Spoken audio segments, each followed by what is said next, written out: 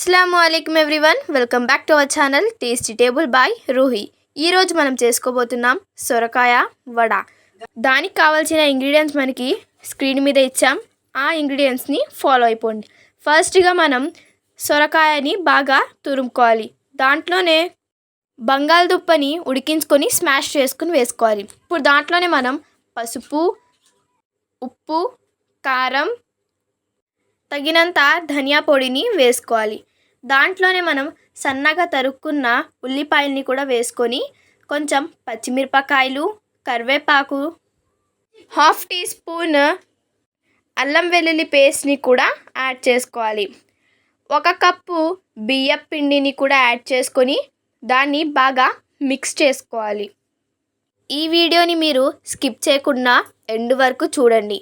ఈ రెసిపీని ఇంట్లో ట్రై చేసి ఎలా వచ్చిందో మాకు కమెంట్ చేయండి. ఇంకా మీకు వేరే రెసిపీస్ ఏమైనా కావాలనుకుంటే మాకు కమెంట్ చేయొచ్చు. ఇప్పుడు చూశారు కదా, పిండిని ఇలా ముద్దలా కలుపుకోవాలి. ఇప్పుడు చేతికి ఆయిల్ రాసుకొని ఆ పిండిని వడల్లా బాగా ఒత్తుకోవాలి. ఈ రెసిపీ చాలా హెల్దీ ఇంకా టేస్టీగా కూడా ఉంటుంది.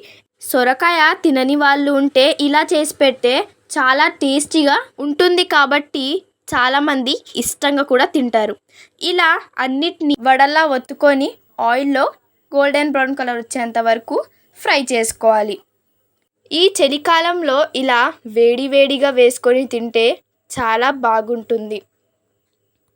చూశారు కదా ఫ్రెండ్స్, మన వడలు వేగిపోయాయి. ఇప్పుడు ఆ అన్ని వడల్ని ఒక ప్లేట్లో తీసుకొని ఇంకెందుకు ఆలస్యం, తినేయడమే. చూస్తున్నారు కదా, మన వడల్ని చూస్తుంటేనే ఎంత టేస్టీగా ఉన్నాయో, ఇంకా తింటే ఇంకెంత బాగుంటాయో. ఇంకెందుకు ఆలస్యం, మీ ఇంట్లో ఈ రెసిపీని ట్రై చేసేయండి. Like, share and subscribe to our channel Tasty Table by Ruhi. Thank you for watching our video.